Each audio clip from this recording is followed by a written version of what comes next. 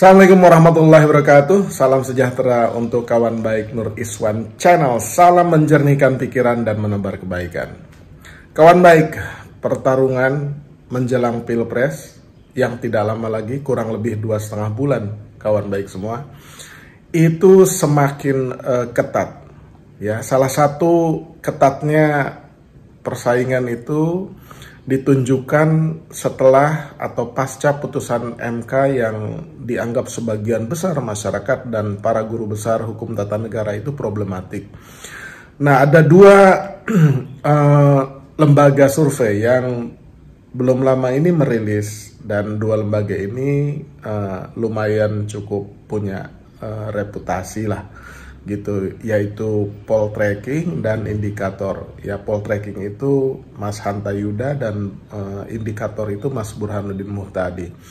Tetapi yang menarik di dua survei ini, salah satu yang menarik perhatian dan membuat persaingan ini semakin ketat, pasangan Mas Anies dan Caimin itu terus membayangi dan mendekati atau jarak perbedaannya itu semakin ketat gitu. Nah, di survei Indikator terlihat secara individual ya, Mas Anies, Mas Ganjar dan Mas Bowo itu angkanya seperti ini gitu. Jadi secara individual itu amat sangat ketat, terutama antara Mas Ganjar dengan Mas Anies ya. Di survei Indikator memang terlihat bahwa Mas Anies tetap menempati posisi ketiga ya.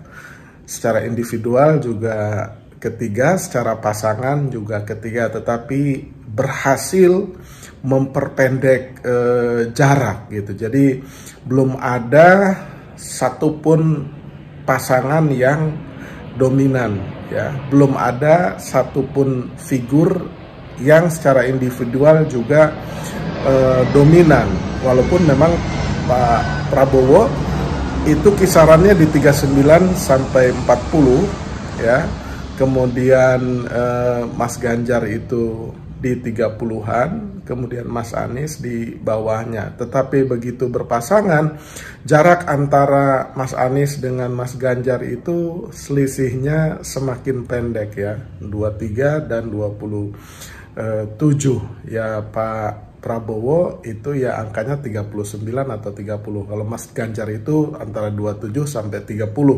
Mas Anies itu antara 23 dan 24, kira-kira begitu. Jadi ini angka yang menunjukkan bahwa tren pasangan Amin ini melonjak ya, melonjak. Mungkin setelah keberhasilan melakukan sosialisasi dan konsolidasi di lapangan, juga pasca putusan MK yang problematik ini ada migrasi ya, migrasi dari mungkin Pak Prabowo maupun dari Mas Ganjar. Tetapi pendukung Mas Ganjar ini sepertinya agak berpindah setelah Gibran resmi. Jadi kekuatan Pak Jokowi dengan Gibrannya sebagai cawapres itu berhasil menggeser suara dari Mas Ganjar gitu. Nah, Poltreking juga menyampaikan hal yang sama.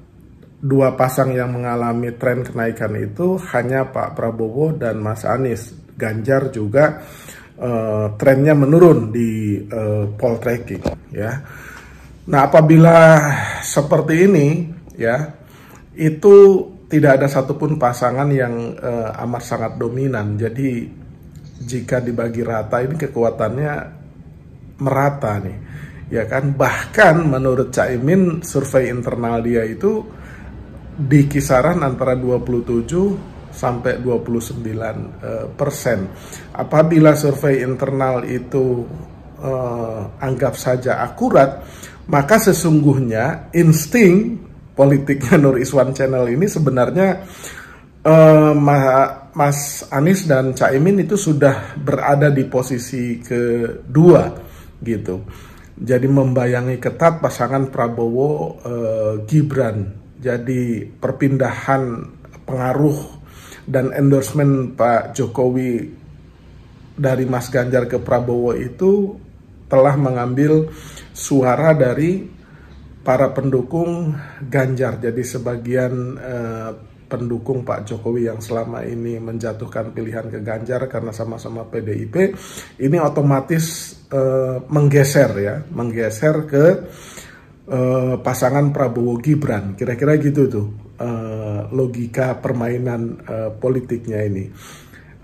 Apakah nanti Mas Ganjar dan Pak Mahfud berhasil merecovery suaranya dan menahan laju migrasi para pendukungnya ke Prabowo dan ke Mas Anies, yaitu tergantung dari kerja-kerja di lapangan. Tetapi ada satu narasi yang sekarang ini sedang coba diyakinkan kepada publik bahwa Prabowo dan Gibran ini bisa menang satu putaran gitu. Tetapi landasan atau logika permainannya sebagian besar di lapangan itu menganggap ini sebenarnya hanya untuk membangun narasi bahwa mereka ini kuat dan yang lain itu lemah. Karena mereka kuat, mereka meyakini satu putaran. Tetapi ya kubu yang lain meyakini bahwa ini tidak akan berlangsung satu putaran berdasarkan perolehan suara yang diperoleh Prabowo Gibran. Surveinya aja kan baru di 40, jadi perlu sekitar 11% lagi jika mau menang putaran. Sementara kerja-kerja politik di lapangan antara Mas Anies dan Caimin ini berjalan terus karena tidak juga terlibat di dalam konflik secara terbuka pasca putusan MK. Jadi yang saling serang itu adalah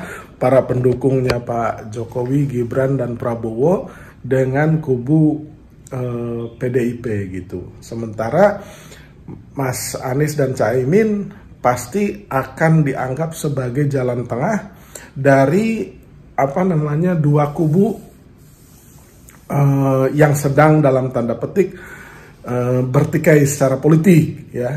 Jadi akhirnya kemungkinan besar masyarakat daripada dua kubu ini yang sedang berkelahi secara politik, lebih baik kuda hitam aja yang jadi, kira-kira gitu. Nah, jadi boleh jadi nanti akan ada kejutan ya dengan lonjakan-lonjakan suara yang dialami oleh pasangan Mas Anies dan Caimin. Kira-kira itulah analisis singkat tentang perkembangan terbaru dari hasil survei, poll tracking, dan indikator. Demikian kawan baik. Terima kasih.